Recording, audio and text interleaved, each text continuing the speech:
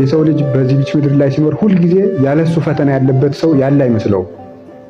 ብቻውን የሚፈተን ይመስለዋል፣ የሚያልፍም አይመስልም። ደግሞ የሚያስደንቀው ትናንት ብዙ ነገር አሳልፎልን ዛሬ ደግሞ ሌላ ችግር ሲመጣ የትናንትናው የማያልፍ መስሎን እንዳለፈ ረስተን የዛሬውም የማያልፍ ይመስልናል። አሁን ይሄ ገብቷችኋል እያስባለሁ። ትናንትም የማያልፍ ነበር የመሰለ አለፈ፣ ዛሬም የማያልፍ ይመስላል ያልፋል። ስለዚህ እግዚአብሔር ትዕግስት ብቻ ነው የሚፈልገው። ሰውንም መታገስ ያስፈልጋል። ሰውን መታገስ ማለት ምን ማለት ነው?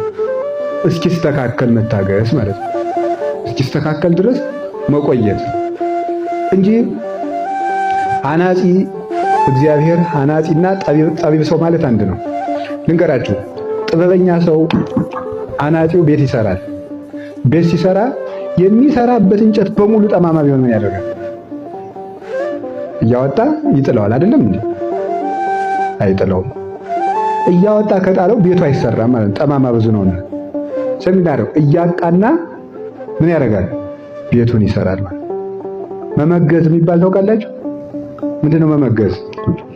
ካበጠው ላይ ይከረክረውና ወይም ደግሞ ከዚህ ከጎበጠው ላይ ይከረክርና ፍላጭ እንጨት ሲያስገባበት ይቃናል። እዚያ በኋላ ተቃንቶ ድምድም ላይ ይወጣል ማለት ነው። ቤት እየተቃና እንጂ ርቱ እንጨት ተገኝቶ ቤት ተሰርቶ አልቆ አያውቅም። ሰውም ቢሆን እየተቃና ነው እንጂ ከአንዱ ሰው ላይ አንድ ችግር ስናገኝ ከዚያ ስንሸሽ፣ ከአንድ ሰው ጋር አንድ ነገር ሲያደርግ ከዚያ ስንሸሽ፣ አንዱ ሆዳም ሆኖ እናገኘዋለን፣ አንዱ ሌባ ሆኖ እናገኘዋለን፣ አንዱ ምቀኛ ሆኖ እናገኘዋለን፣ አንዱ ነገር ሰሪው እናገኘዋለን፣ አንዱ ለፍላፊ እናደርገዋለን ብሎ እናገኘዋለን። ችግር ባገኘን ቁጥር ከሰው ተለይተን አንዘልቀውም። ሰዎችን እያስተካከልን መያዝ ነው። እግዚአብሔር እያስተካከለን የሚይዘን። ሁልጊዜ የሚደንቀኝ እኔ የዘካርያስ ታሪክ ነው። ዘካርያስ በሽምግልና ዘመን ልጅ ትወልዳለህ ተባለ። ምንድነው ያለው? እንዴት ሆኗል? የሕግ መምህር ነው። ጽድቅ ለሰው ሲያስተምሯት ቀላል ናት ሲሰሯት እንጂ። በእርግጥ ሲያስተምሮ ለማስተማርም ለፍተው ካልተማሯት አይሆንም። እና እግዚአብሔር የሚሳነው ነገር የለም እያለ ኦሪትን ሲያስተምር የነበረው ሊቀ ካህናት እንግዲያማ የሚሳነው ነገር የለም አንተም ካረጀ በኋላ ልጅ ትወልዳለህ ሲባል እንዴት ሆኖ ይሆናል አለ። ከዛ ምንድነው ያደረገው? ቅዱስ ገብርኤል አንተ እግዚአብሔር እንዲህ ብሏል እያልክ አይሆንም የምትል ተጣጣራጣሪ ብሎ በሰይፍ አልቀጣውም።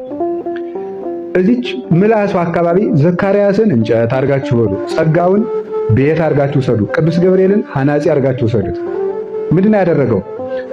አንደበቱ አካባቢ ቅዱስ ዘካርያስን የቤት መስሪያ እንጨት አርጋችሁ ስሉ፣ አንደበቱ አካባቢ ጉድለት ተገኘችበት ማለት ነው። ምን የምትል የጥርጥር እሷው ላይ አቃናት ማለት ምን ያደርጋት? ዲዳ አደረገና 6 ወር ዘጋትና እሷን አቃንቶ ልጁን ሰጠው ማለት ነው።